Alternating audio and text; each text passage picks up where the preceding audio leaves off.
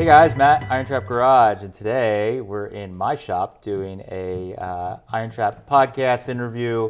We still don't know what the hell to call this thing, but we're with Spike, and Spike obviously likes cameras and film photography, and I've been a fan of Spike's work for a very long time. He shot one of our posters here, and he's been kind of a staple in the traditional hot rod and custom world for forever. 20 years? Yeah. 20 some years? Since its revival, basically. You've definitely been a part of it, I'd say. And so, as always, we're going to do we just talk about the madness that is your hobby blown out of control, which is the IronTrap. So, give us a little background about you, your name, where you're from, and when did you get into this, or when did the photography thing start for you? Name, Spike Kilmer. Where I'm from, Delaware County, Pennsylvania. When did I get into this? Into the collecting end of it, or get into photography? We're going all the way back. All the way back As into a photography. Little baby Spike. I was like 8 years old. We were on a trip to Florida, down to Cypress Gardens, like Disney World. I think that you can date this back when, before there was Epcot Center and anything in Disney World. I think they were still building the Swiss Family Robinson tree house. Wow. So it goes back to the early 70s, I guess. And I was given the family camera to take pictures. I was allowed to take however many pictures till they took the camera back from me. Well, they couldn't get the camera back from me because I wanted to take pictures. And I remember the very first picture I ever took was with a Kodak 126 camera, which I probably still have at home. And it was these parrots that were in a tree.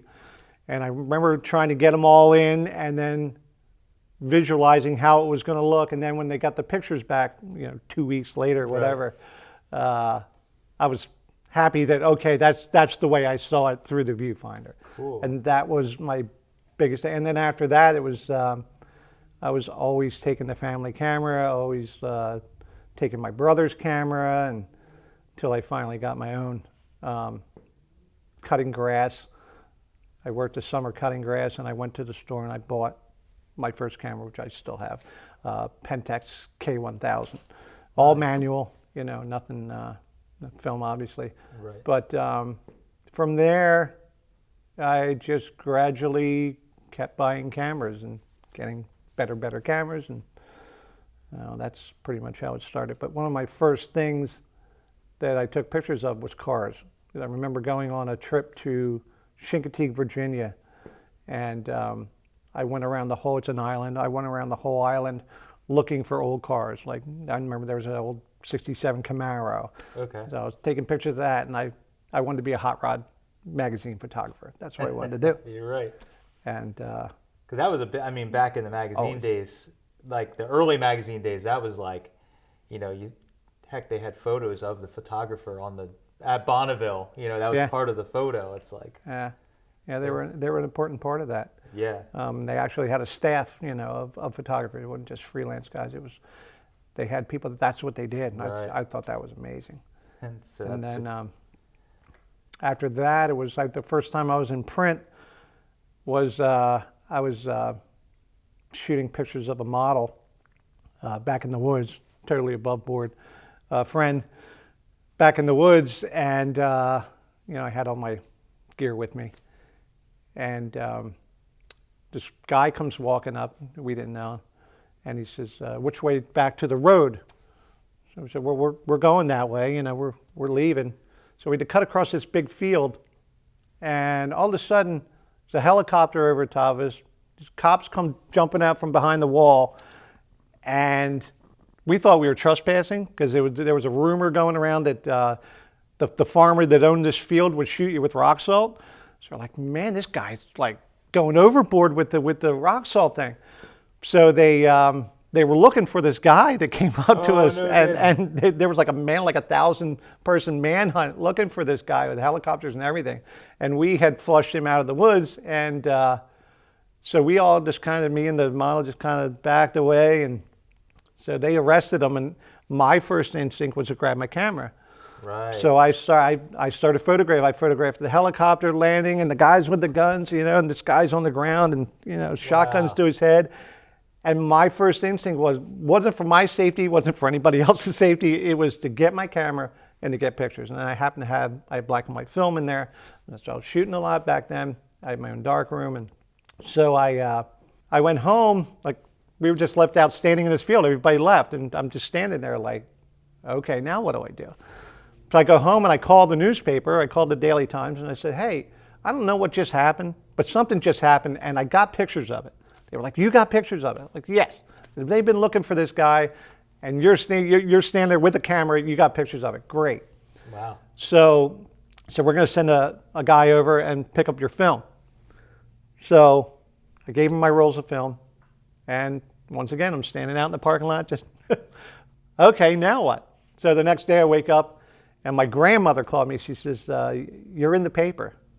I'm like, I'm in the paper? She's like, yeah. It's like, well, is my picture in the paper? It's like, did they use any of my pictures in the paper? She said, no, but there's a good one on the cover. There's a good one on the front cover. And it was the one that I shot of him on the ground with the shotguns to his head. So it made the front page of the paper. Killer. And my grandmother thought it was me on the ground. She didn't think it was you. Which is understandable. Like, okay, but no, I'd taken that picture. And so, that would have totally been me. That was my first time in print. Yeah, like well, what did you do? Yeah. I didn't do anything. I swear I took the photo. I took the photo. That so looks like I got my byline in there and all that. And so I wanted my negatives back because I had pictures of the model on there. Yeah. And so I'd gone to I actually got invited to the Daily Times, to the newsroom in Trevose, Pennsylvania. And I got my negatives back and they gave me $50. I was like, wow, this could be lucrative. Like, this is what I want to do for a job. And I got to meet all the photographers that I saw all the time. And back then a newspaper was a daily thing. I mean, everybody got the newspaper. So my work got out there and it went out on the AP wire. And so that's kind of cool. So fast forward a little bit. Did you obviously you were shooting for fun, so to speak, or as a hobby. When did it kind of get with collecting cameras or trying out different cameras? When did that kind of come into play? Well, anytime, who knew the digital was coming? Right. Nobody knew that. In the 90s, it started to be more like, okay, this is going to be a thing. There's all different kinds of formats like beta, and different formats that people have tried to do, but they just don't catch on. And film just kind of stayed a constant there. So along the way, I would keep buying cameras, and keeping them. Mm-hmm. So that's when I started kind of collecting them because I started to realize, this stuff is going to go away. And number one, they're going to be cheaper because everybody's going to go digital. And number two, I really like this kind of stuff. So was any part of it like the challenge of figuring out how to shoot with some of the oddball cameras? Like everything is pretty much has the same controls. They're just maybe laid out differently, but all the principles, even with digital photography, all those principles apply to film. Okay. So you have aperture basically, which determines how much light hits the film, and then you have shutter speed, which determines how fast it hits. So it's how much and how fast. And the shutter speed can, stop motion. It can, your aperture can set your depth of field, like if something's in focus or, and then there's different things like that. But almost every camera has the same things. Okay. They're just in different places or, you have to operate them different ways. You have to figure out some of their strengths and weaknesses, maybe, some of the different cameras? You got to know when to use certain cameras to depend on what look you're going for or what the application is going to be. Remember vinyl albums, they were square. So we had square format, picture, 6x6. Maybe that's not what it was originally intended for, but that's how it turned out. Okay. And So it's a lot easier to shoot in that square format because then you can see, you can visualize, okay, the font's going to go here, whatever's going to go here, and it's just a lot easier to lay out, and there's not as much cropping involved. So that's one of the things that I found about the square format where it applies. Yeah, because I see all the different shapes and looks and styling of it. So to me, it always is like, but they're all totally different to shoot with, but right. It's all kind of the same controls, which makes sense. But no, some of them are automatic. Some of them you don't have to think about. Some of them you just push a button, and it does the shutter speed and the aperture for you. So the average person could just pick it up, like me when I was 8 years old. I didn't know anything about any of the principles or anything like that, so I could just, point and shoot. And that's where that comes from. But so what was your first kind of, do you remember like the first camera that you got that was like a good quality, more towards the professional side? Do you remember what that was? Be this one. Oh, okay. This is it's a Nikon FM. My first one was a K1000. And this, I saw that all the professionals were shooting with Nikon. Like Nikon, went to the moon, and and it just seemed like all the professional guys, Nikon was the thing to get. So is that the actual one? This is not the actual one, because back then I was always trading up, just like with everything else. Of course. But this one was actually given to me by a friend that took a photography class, and then her father bought it for her, and so she passed it on to me. So. Cool. And it has the interesting, we talked about it off camera, that on the front here, you're using it as a shade, if you will? I'm using it as a lens shade, but this is for holding filters. They can slide in here. This was the Koken system, and they just slide in. You could put different colors on there. You could put different vignetting on there. If you wanted like frosted around the edges or anything like that, you could do a lot of creative things in the camera before Photoshop, and before, like, if you didn't have access to a darkroom or something like that.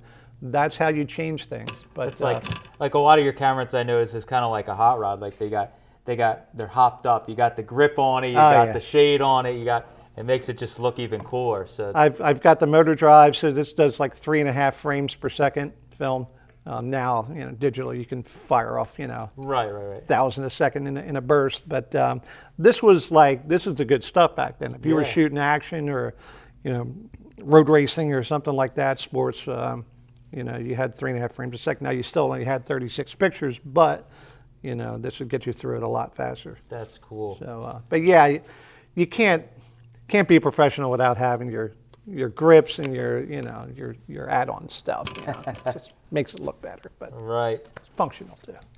So in all your collecting and buying and selling and trading up, what's your, do you have a key item you would say that's either the most rare or valuable or sentimental in your camera collection?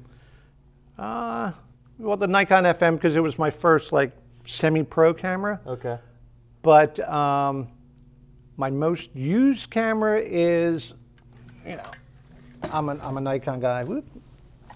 But this is a Nikon N90S. Okay. And it's autofocus, it's auto exposure. It does a lot of things automatically. It's still a film camera, but and I got a grip on it too. Of course, yeah. I have to have that. But I started shooting with this combination. This is a 20 millimeter lens, really wide lens. I started shooting with this about maybe 15 years ago.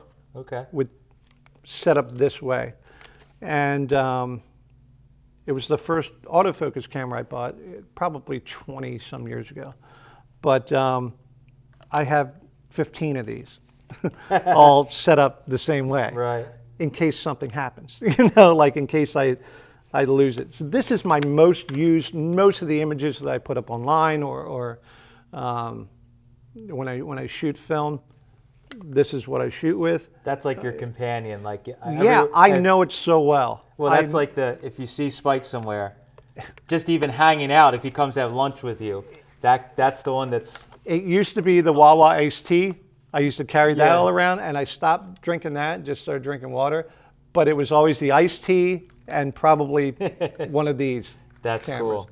But yeah, I What's- took it to Bonneville with me in Cool. 2007. That thing made the trip, that camera, because my digital was, I think it was getting serviced or something like that, and it was acting up. So I shot film the whole way, Sure. and Wow. I shot it with that That camera. camera.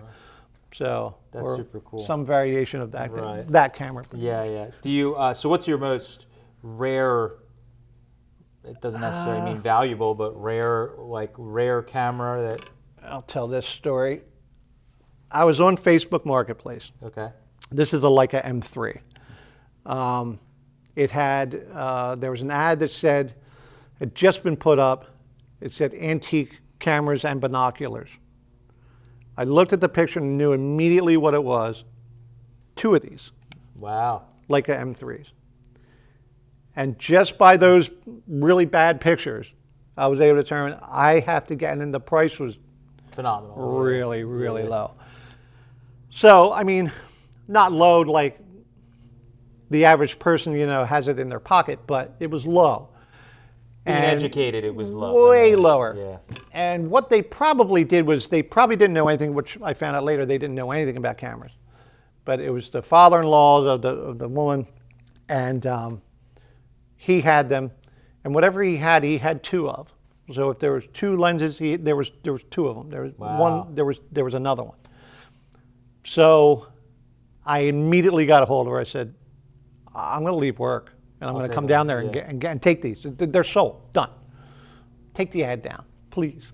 Right. So just like car parts or anything else, Yep. Oh, yeah. I was the first guy. So luckily I was the first guy, and she was a woman of her word, and she said, okay, I'll take the ad down. When will you be here? I said, I'm leaving work now. I will be there in an hour. Right.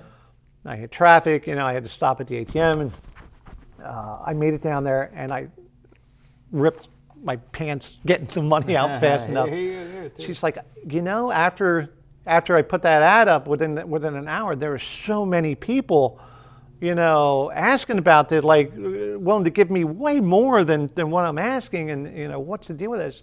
So I started explaining to her, I'm a film photographer. I know what these are. I know they're worth more than what you're asking. I don't have any more than what you're asking, but I know that they're worth it. And I started to explain to her, I still shoot film. I would still use them. They're not, going to sit there. They're going to get used. So without even really looking at anything, everything was kind of in cases. I took them. I said, I really don't want the binoculars. She said, well, you got to take the binoculars too. That was part of it. Okay. They ended up being Leica binoculars. They ended up being good German binoculars. So I ended up selling them. I knew right away that that they would, and they paid for the cameras. I mean, Nice. just those alone, one pair of those alone paid for the cameras. Buy in bulk. So yeah, Get what you want for free. it's the same principle that we all do. Yep. So I got them home, and I realized, okay, there were 2 of the same camera. One was made at the beginning. One was from 1954, which was at the beginning of the Leica M3 run. And one was from 1964, which was the end of the run. So I had a first and a last edition. The first ones had, they're called single and double stroke. When you take a picture, you push Okay. the lever across, that's a single stroke. The earlier ones had double stroke. You had to do it twice. Oh, okay. It kind of messed some people up, but they ended up changing that later on. But within a year or 2, they all went to single stroke. It was about the mechanics, the advanced, the gears and whatnot. But so I realized one of them was broken, and I found a guy in New England who repairs them. Oh, cool. Yuksan Yi, and this Japanese guy, and you send it to him, and if you get it repaired by him, you can put that in, if you're selling it, repaired by Yuksan Yi, and automatically everybody knows, okay, it's good. It's good, yeah. It's right, it's perfect. So he takes about 6 months sometimes, Okay. 4 to 6 months but he's very communicative. And his prices are really, really good. So Nice. for around $200, Wow. I got the whole thing. They call it a CLA, clean lube and adjust, through the whole camera. And I sent the lens to him because I didn't want the camera to be open and I didn't have a body cap. So he also did the lens for me too. So it ended up being like $500, but he did everything and it came back. It was perfect, buttery smooth. So I ended up selling that one, Okay. and then to finance the other one getting done. So, but yeah, the lens on this one ended up being about a $10,000 lens, which I didn't even know. Holy crap. I knew it was a good lens, but I Put that- didn't no, think it was write that. that down. Write It was that a down. rare, it was a Summilux 1.4 reverse scallop first edition lens that would have gone with that camera. That's as nerdy as it gets. And yeah, that Do you know the totally serial geeking number out. off the top of your head? But I didn't. What's that? I said, do you know the serial number off the top of your head? I have number? pictures. I do have it, and I would know it if I saw that lens again. I would know by the serial number. Yeah. So you sold that lens then? So like you are with Ford part numbers, Yeah. I am with these things. So I did sell them. I kept that lens, Oh. and I ended up. I can't really have something that valuable because I want to use it, and I would be so scared to go out and drop it or Yeah. get a scratch on it or a thumb. I mean, this thing was mint perfect, and I found someone who wanted it more than me, and was willing to pay what it was worth. Wow. So I ended up selling that, and I got a lens that is probably on the lower end of the spectrum as far as value goes, but it fits more my style. It's a wide, it's a 35, but yeah. Still So, valuable, just not Still valuable, but like maybe $1,000 and not, $10,000. That's incredible. $10,000 lens. And it was all because I was looking, at work on my phone, looking at Facebook Marketplace. So, Yeah, that's but you have to know what you're looking for. Like when you look at a pile of car parts, you can pick out the good stuff. Yep. Right? You can go, oh, those are, whatever. But that's part of that's this. how I am with cameras, and that's part of the IronTrap. That's part of the. Yeah, and I mean, collecting. I think that's part of the versus a casual person, and this goes back to like with us with the car parts stuff. I say about it all the time. I can go to an auction or I could go to a flea market next to a lot of people that are into the stuff and buy and sell. But unless you actually build cars Right. and drive these cars and live it, the really obscure stuff. And like you being so into the cameras, there's tons of people that buy and sell just antiques in general. Right. But you being so into this stuff, you knew the obscure stuff, and that's where you're getting $10,000 lenses on Facebook Marketplace, which is insane. But like, You have to know what you're looking at too. you have to be into it. I think that's the difference between a casual. really into it.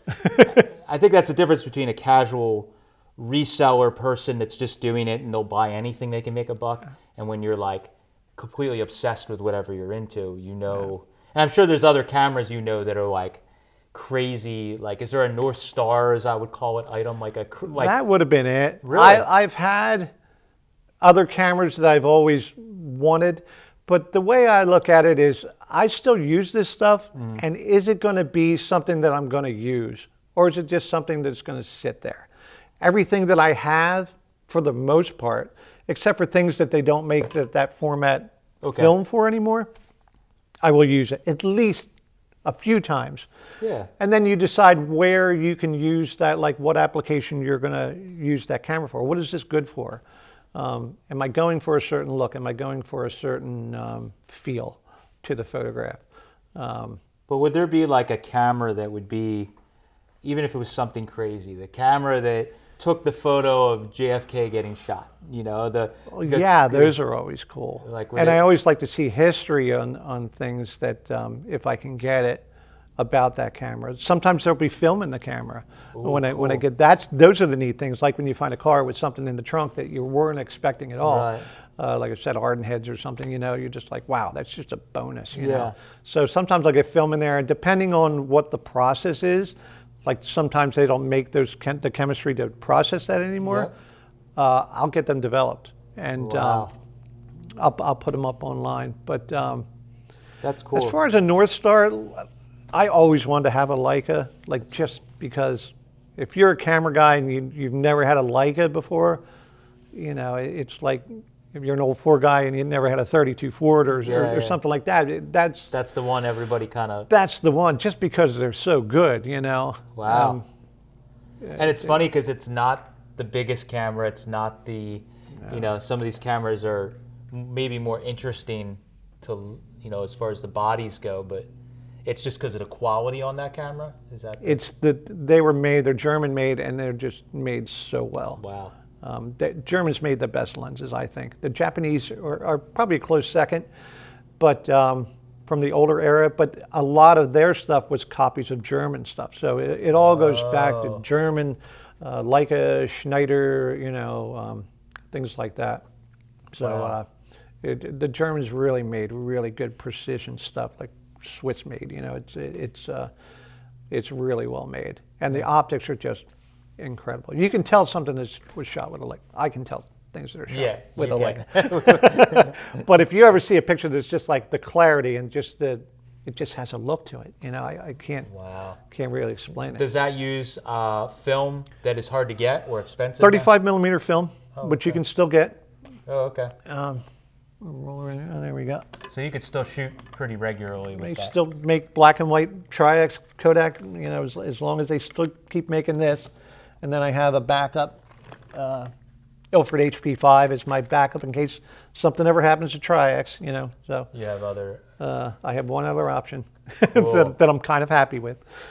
So is there a camera that you have that's maybe like the most oddball, or like, for instance, this one to me is crazy looking, like, what? This was back in the day, if you were a press photographer, this is a Bush Pressman. If you were a press photographer, you worked for a newspaper, no matter if you were shooting sports or anything, Santa Claus coming to town, this would have been the camera. This is a 4x5 Bush Pressman. What's the era on that camera? This one's probably from the mid-50s Okay. or so, 57, 58, somewhere around there. The negative is 4 inches by 5 inches. Oh, okay. So that's where the 4x5 comes from. Yeah. And you load each individual frame, by itself. So you got a dark side, you got to put. There's a whole process. Wow. I can do it rather quickly. I can shoot it probably just as easy as I can shoot with my cell phone. But You've shot quite a bit with it, though. I have shot quite a bit. But I took one to Bonneville with me. Oh, cool. I didn't shoot much. I shot the cover of Rod and Custom back in 2011. Okay. I shot the cover of Rod and Custom with one of these. Oh, cool. 4x5 in slide film, which they were still using back then. You can't do that now, but Wow. yeah. So I know when to use it. That's super cool. And that's that's the throwback, because that's what guys were probably using Yep. back in the 50s at Bonneville to shoot, was one Yep. of these cameras. Oh, yeah, kinda like absolutely. full circle around again. So that's Yeah. super cool. Do you have a favorite? This is a random question. Do you have a favorite hot rod or magazine photo or cover shot of all time? It's totally off my head, but I did a lot of cover. Well, I did. well, I should ask this. Do you have a favorite of all time that's not necessarily you, that's just your favorite photo, and then yours that that was published of yours? So 2 questions in one. So your favorite of all time, the cover of 1948 May or something, or is there a photo that you thought was really cool from a magazine over time that maybe influenced some of your shooting? Wow.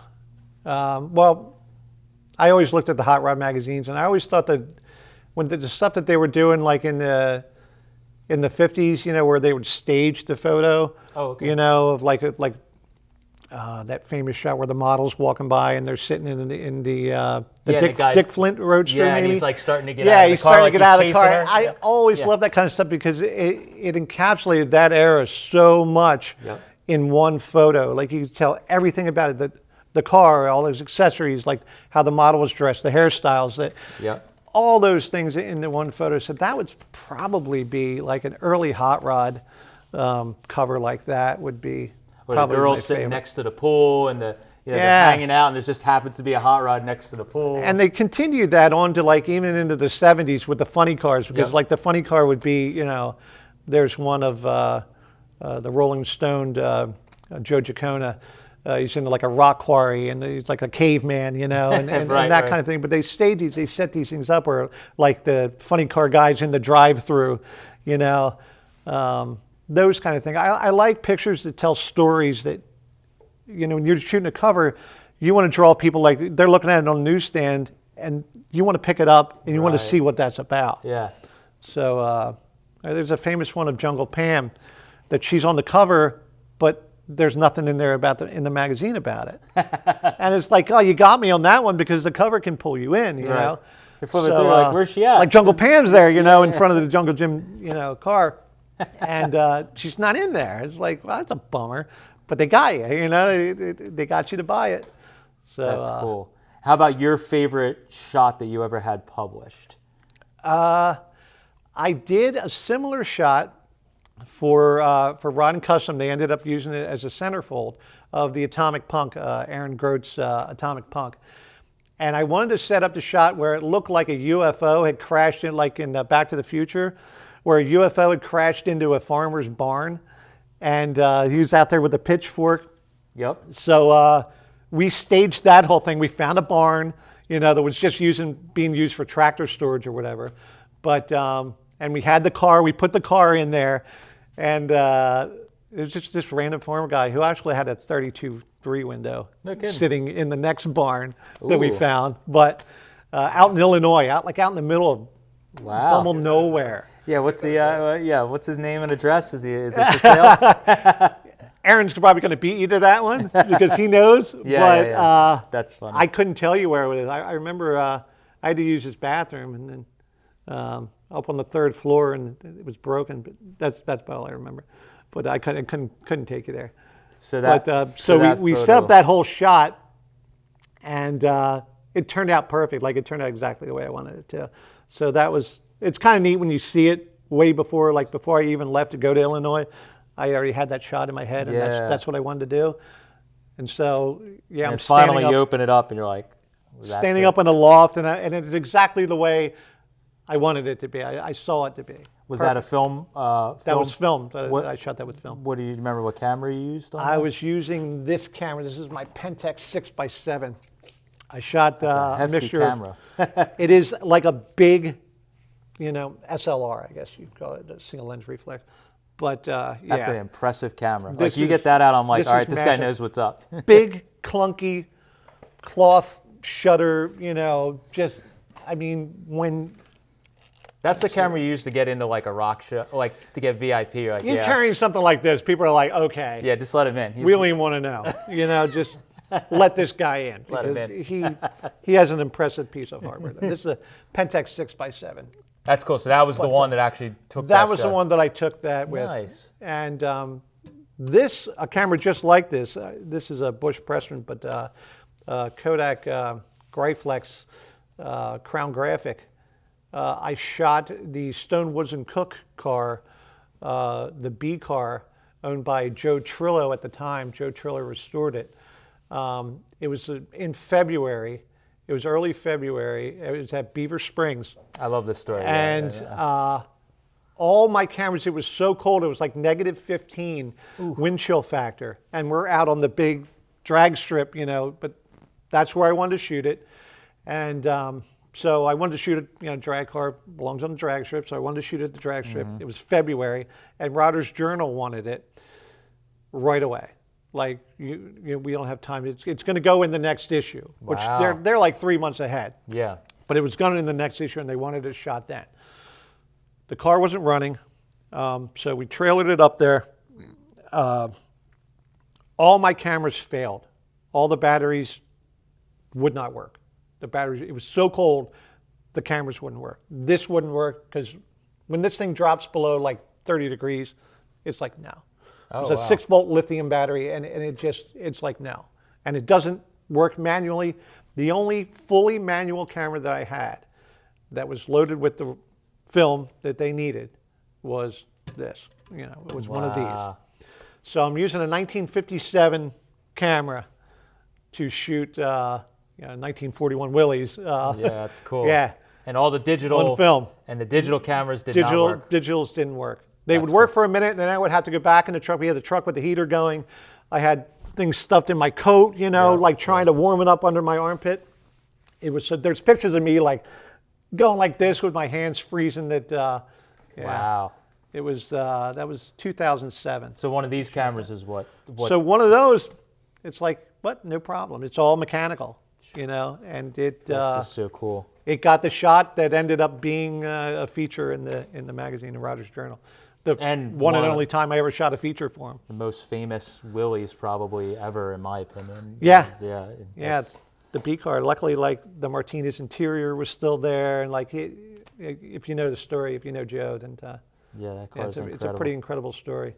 Very cool. So, as far as the hunting and collecting, are you always on the hunt? Like, are you, obviously when you're not shooting film, are you out going to flea markets and doing stuff like that looking? I'm always aware of what's around. I'm always, if there's a flea market or a estate sale or something like that, and I'm in the area, that's just automatically what I can find them. Like, Yeah, it's just like car parts. It's like you just, I don't know, you're attracted to it. It just, Yeah.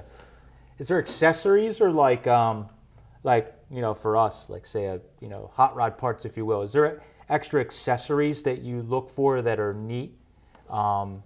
Whether it's flashes or it's grips or any of that stuff. Is there any of that stuff that's kind of with like for the Leica, for example, these cameras, the viewfinder has frame lines okay? you look through. These cameras have like a cam that adjusts those frame lines for whatever lens you have. So if I have, this is a 90, if I have this 90 lens on there, this cam will make it so the viewfinder frame lines are correct for this 90. Well, this camera only had 4 different lenses you could use. There was a 50, a 90, a 135, and I forget what the fourth one is, but this is a 35 lens, and it's not set up for that. So what they did was, these are called goggles, and they adjust the frame lines so it's for a 35. Cool. So the early M3s, you have to have these goggles, they call them. So you have to find a 35 with goggles, and to make it work with this So particular sometimes camera. you'll find just the goggles. So on yeah, their you can own. find just the goggles, or you can find Imagine finding the lens, just one of those expensive lenses, just laying on a flea market table. Like, This lens shade is for this camera, and this is a couple $100 just on its own because it goes with this. wow. So it, it's kind of, how it is. It's crazy. You can get as carried away as you want to get. Like the motor drive for this, this just something, the first thing I always add when I get another camera, even if it's digital, I add a grip to it just for extra battery capacity and for, speed and just comfort. How many cameras do you think you have? This is a small. You just kind of grabbed this real quick. This is what I grabbed on my way out the door that I thought would be interesting. I'm probably down to a couple hundred now. down to. Down to a couple. I was up to about 450, 500, somewhere around there. Did I hear you telling Mike a story? You sold a bunch to a guy. I did sell a bunch of them. It got to the point where I ran out of flat surfaces to display them. I ran out of shelf space. I ran out of wall space. I ran out of cabinets. I just ran out of things. Like, you couldn't see all this stuff. Small house. Right. So I started putting things in bins. And then with the bins, what happens is that they get filled up and you put another one on top of it. And then all the visual is gone. Like, nobody will be able to see that. And it becomes space, and then then I filled a room up. When my son moved out, I filled a room up. And then it just became, I'm going to die in here someday and no one will be able to find me because there's so many cameras. many There's just cameras. so many bins. Oh my God. And at that point, it's like, you think you're saving these cameras because they're interesting and you want to share that with people, but you're not sharing with anybody if they're sitting in bins. Yep. So just like anything else, it gets to the point where you're just like, okay, I need to thin the herd. Yeah. Like, okay, what do I use, or what will I be able to use? What format do they still make this film for, or what will I shoot with? Quality over quantity, if you will. Right. Yeah. So I started narrowing it down to that, and then I went on and one guy just came and bought, about 400 or 500. I think it was 400 or 500 cameras Holy in one crap. shot. Actually, he had to come twice because he had a pickup truck, and I filled the bed top to bottom, front to back, with a full-size pickup, and then he came back and I filled another pickup truck full of just God. bins of, and then I was finding, as I got into the pile, I was finding more, and I probably could have filled another pickup truck just full of cases and accessories and like the little things that go along with it. So. That's kind of the fun thing with cameras is they're everywhere. They're everywhere at flea markets. Again, you have to have the knowledge like you do to know what's Right. junk and what's cool. But like, I know every time I go to a my local flea market, there's always old cameras, and they're usually cheap as heck. So for you, it's probably like when you're picking up $300 cameras for that's the $5. thing. Right, Of course right. you're gonna buy them. Where's one in here that I just bought that's worth more than, I think it's this one. But I'll find things like this. Now, to most people, a lot of times they're closed up, and you can't really tell, If you don't know how to open it. and they don't know how to open it. All of them have a button somewhere. Okay. And some of them are hidden, like this one has it hidden under a leather thing, yeah, and you push it, and it's kind of a secret compartment. And a lot of times you'll just think it's a box. Like I think I got this one. It's a box. I can't open it. Okay. Yeah. I'll pay $5 for it. Yeah, of course. And then you walk 5 feet away and like beep, and there it is. And you're looking at it, and this one. Oh, that's cool. They were just the design, the mechanics of it is just really cool. But I'll pick these up for a couple dollars, and I'll buy things like this that really have no use to me, but it's something that I didn't have before. Like, okay, I never saw one of these, so I'm going to buy it. You always buy stuff that you've never seen before. That's the rule, right? Weird brands, like this one's just an odd. Bura. Yeah, like, so I'll buy things, if they're cheap. Right. The Leica story like that, the lady knew when you Google Leica, you can Google Leica and find $200 Leicas, the earlier ones. So if you're not putting in the right thing, if you're not putting in Leica M3, well, she didn't know it was a Leica M3. She just knew it was Leica, and Leica's a good name. So, put it out there, antique cameras. And as soon as I saw it, I got the Leica M3. I got to get that. So you have to have a good eye. You have to know what you're looking at. Is there a for people that, so we always try and do this in a lot of these videos, for a guy or gal that's looking to get into or is just starting out in film photography, or like you're saying, is there kind of a rule of thumb if they're looking to buy a camera to maybe start shooting film for, a vintage camera, if you will? Is there one or a type to kind of keep an eye out for that would be good to actually use? Like, I'm kind of partial to Nikon. okay. So like one of these is great. It depends on how manual you want to get, how much you want to be involved in the process of it. You can get ones where you just point and shoot. Right. You're still using film, but it's autofocus, does the auto exposure, will you turn the flash on when it needs it, if it has a flash, and so it depends on really how involved you want to get. If you want to go full manual, like this is manual focus, it's manual exposure, it's Everything. you have to load it manually. It depends on involved. Those can be found pretty affordably at flea Yeah, markets. like $100, like okay. Cool. Yeah. 100, 150, somewhere around there, and you've got a really good start, and then you can add on things. So you can add the motor drive, you can add different lenses. Where you want to put your money is in the lenses, because that is what takes the pictures. Right. This is just a box.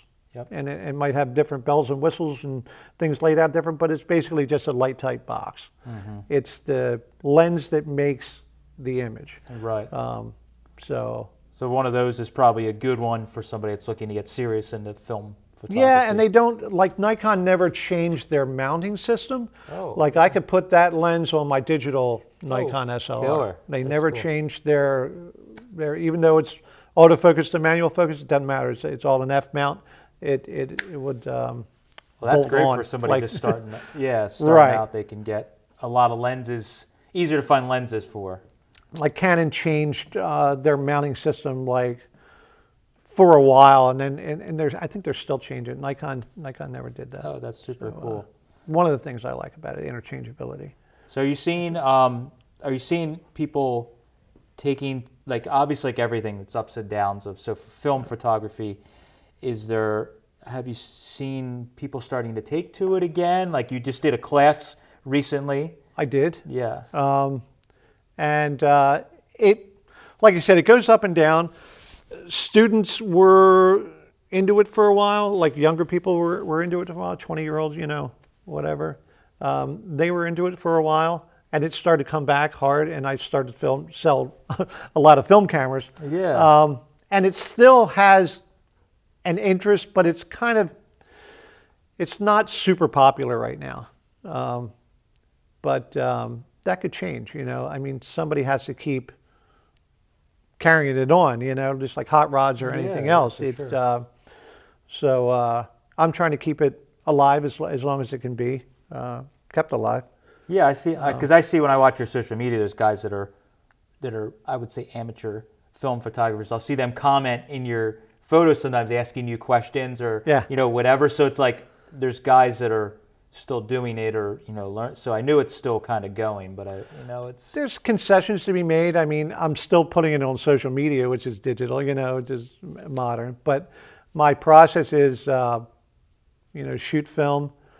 I have it scanned onto a CD, which still have CDs, so Right. or memory card or whatever, and then it goes into the computer and gets digitized.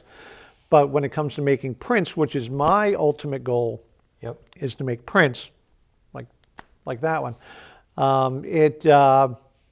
Not a lot of people are going that far as to making prints. So I Understood. think that is the section of it that is dying off, like Right. the actual tangible prints, which is my end goal, like print media. Yeah. My ultimate goal when I was shooting that, even if I was shooting digital, was what is the end result, and that's print media. And that seems to be fading off. Now, books are still popular, but magazines aren't. So yeah, it's kind of. it's really strange. I think people have a more efficient way, I guess, of getting things immediately, like instant gratification. I think that's a tough thing for print to keep up because social media is so fast. Right. It's like for just the process of putting a monthly magazine out, where everybody's already seen the Bonneville pictures 15 minutes after it happened. Yep. Or while it's happening. While it's happening, yeah. So that makes it tough. But yeah, I agree. Like the books, coffee table books, the quality type stuff is Right. still there, which I love because that's, that's definitely more what I would. I don't really go after new magazines real hard. I'm not like I got to get it today, but like if there's a cool new book that comes out and it's $100, I'll Right. buy the $100 book because it's quality and it's. It's like fast food and a meal. It's you can go to McDonald's at a drive-through and you're satisfied for that moment. But then, if you want to savor something and something that's going to be around a while, a book is definitely the way to go. Especially a coffee table book or something like that. And I prints. feel the same way about prints. Hang it on the wall, you look Hang at on it. the wall. You don't have to look at your phone. And other people can come in and see it. And it can really stop and you pay attention to it. And it just takes time, and I guess people don't have time for that anymore. So Is there still like you did some? I know over the years you've done some shows of your work. Is there still some of that going on, or has that kind of gone down a little bit? 2020 kind of took care of that for a little while. At least the places that I was showing, the galleries that I was showing, Okay. and I haven't really pursued it any farther than that. I give myself projects, and I try to do a show that has a theme to it or whatever. Yeah. And those themes seem to be waning a bit, like where to have. There's the gallery that I go to is also the photo lab I use to get my stuff processed. They have a show that's been up for the last 4 years because 2020 kind of took care of that. So it's still up there, and they're not doing any more. So that kind of sucks, Right. Yeah, that definitely affected a lot of things, but I think that part of it would be neat to see come back, because that's something that would be cool to have because like an art gallery show, it isn't for me. I guess it depends on the artist. I'm not as inclined to go to, but a photography. But it's neat if they have it at a museum. Yeah. Then you can look at the cars, and then you can look at the photography. Yep. I agree. So something that, if you're a museum, you need to integrate that. Listen to that for all of the because you're getting listening. the photography people and the art people, and then you're getting the car people too. Mm-hmm. So you're kind of cross blending different things together that may be the same people, maybe not. And then maybe those people that are into the photography and art end of it can see the cars as being art themselves as well. Very cool. So are you, so in the future, if anybody's in, are you planning on doing some more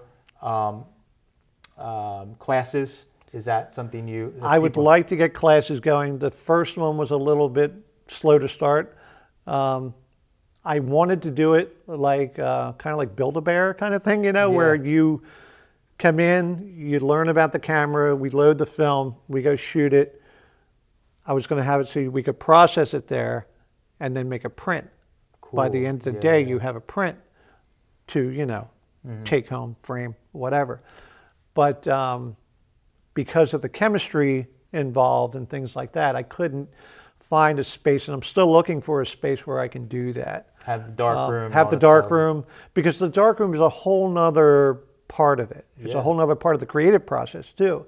You can, like Photoshop, you can go in there and change things, change composition, change light or dark, add things, subtract things, whatever. And you can change the whole mood of the photograph in the darkroom. So to me, it's just as interesting as shooting it. That's just one part of it. Right. So, but trying to find a place that I can do that. I have all the equipment. I have everything I need. I just need a space. Right. Yeah, and that's always and I haven't found it. Yeah, but it's always a difficult process. But I think that's good that you're trying to do your part of keeping this art form and passion for you going by being willing to teach people. Oh, sure. Because that 100%. Always willing to teach. More. I feel like more than other, like metalworking. There's 1,000 people trying to teach sheet metal fabrication these days. Yes. But it's like film photography.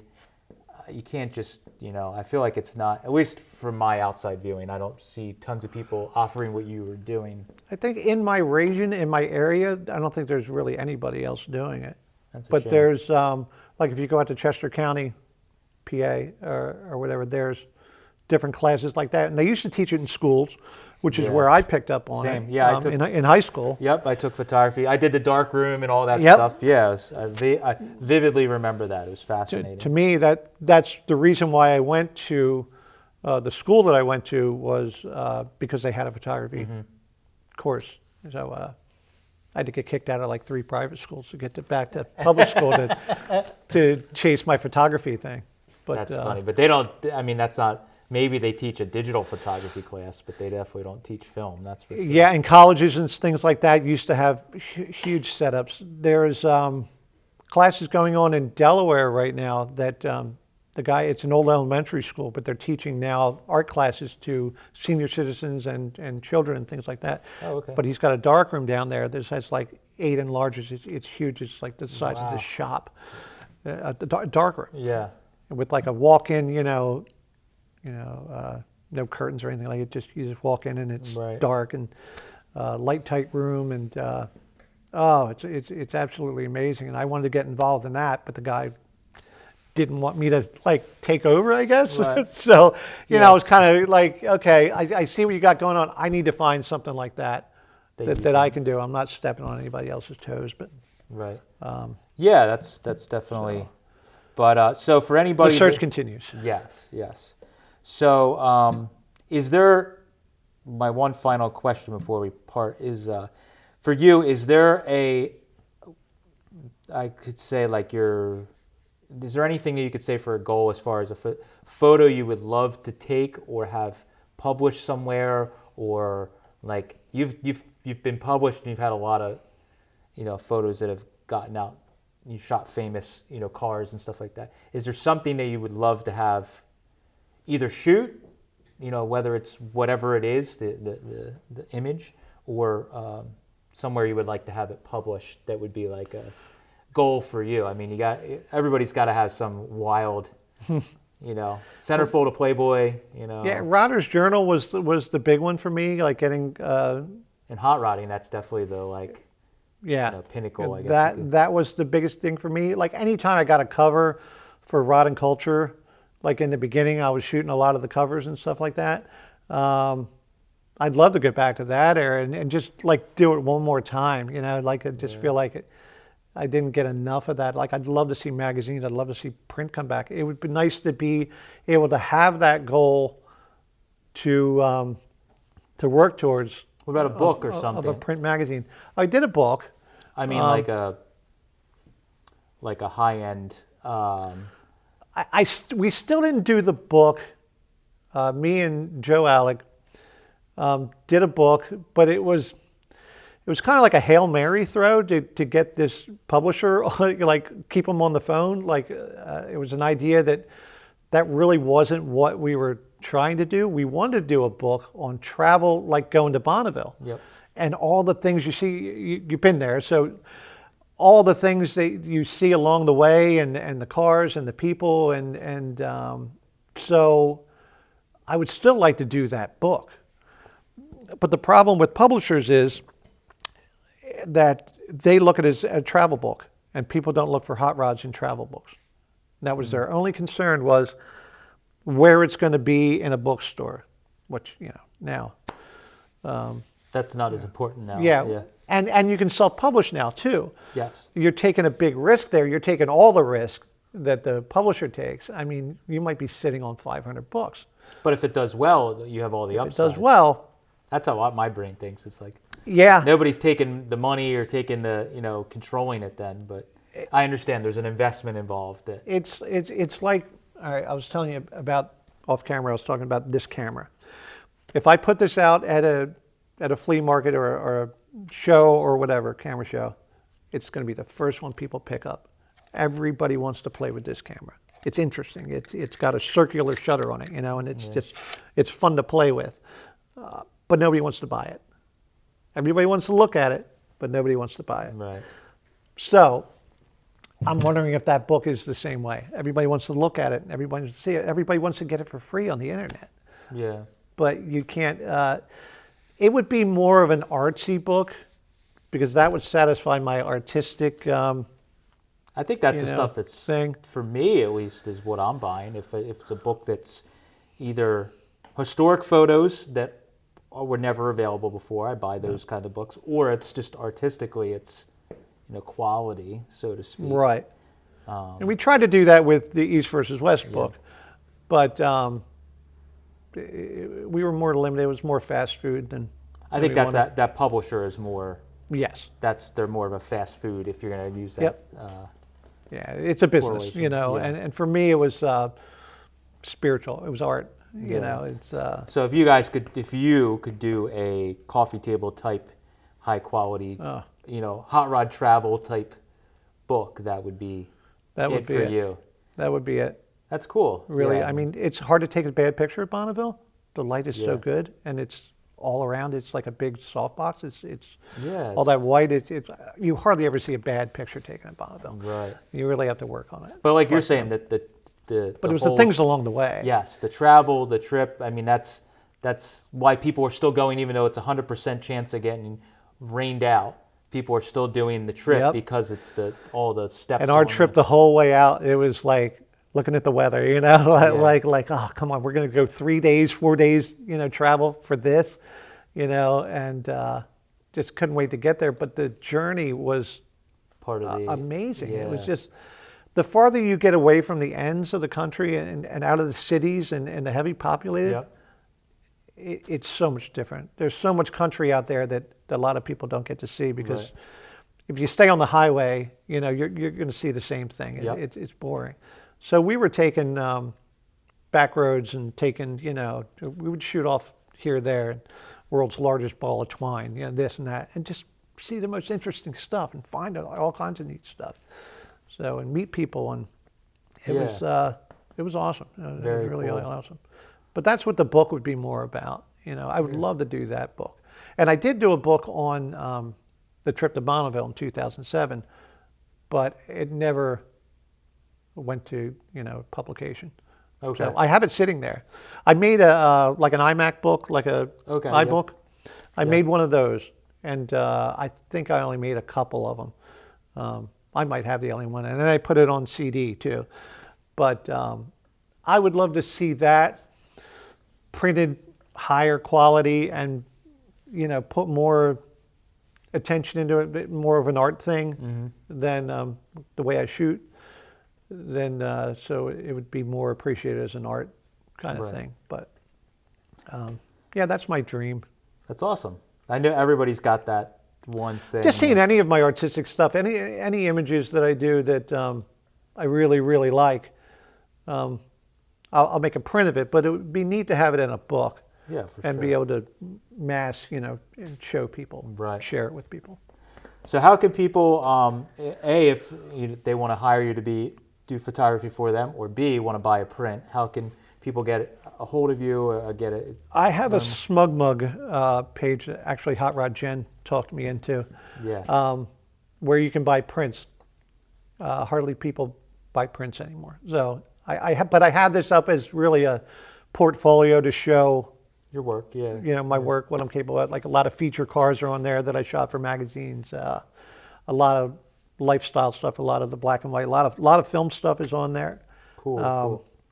That is kilmerphotography.smugmug.com. Okay, and we'll drop as always in our drop a videos, link. we drop a link down below underneath the video, or if you're listening to this on podcast format, you can go in and Mike will add a link for that. But definitely check out your stuff, buy a print, think about hiring Spike to do photography for, because you don't just do cars, you do No. you do. I actually you're doing- shoot. I am the photographer, one of the top workout video people in probably the world. She's in New Jersey. I shoot a lot of fitness stuff, which is totally that's the only person I do that kind of thing for. But I've been working for her for like 20 years. Wow. That's So cool. while they're shooting the videos, I will be shooting the stills for the DVD covers and our social media and things like that. Killer. But That's cool. most people do not know that. But Yeah, that's always kind of funny when you're shooting those photos and you're getting tagged. All of a sudden, there's like people in workout wear, and Spike's getting tagged in those photos. right. I'm And like, they're like, "What? Did you take that picture?" Like, yeah, I took that picture. Did somebody take not over something Spike's I'm into. Instagram? Maybe it's because I'm not into that kind of thing. That obviously I'm not into fitness, but No. fitness food in my mouth. Yeah. Yeah. So anyways, But, what I'm social getting at- media, I'm Spike Kilmer on Facebook, and I'm Spike Kilmer on Instagram. So those two. Definitely go to the Instagram and scroll, because he posts some really cool candid photos of just like I said. Every time you see Spike anywhere, he's got a camera on his hip and he's taking photos. You have to get used to that. If you're friends with Spike, whether you want to or not, he's going to be taking candid photos of you.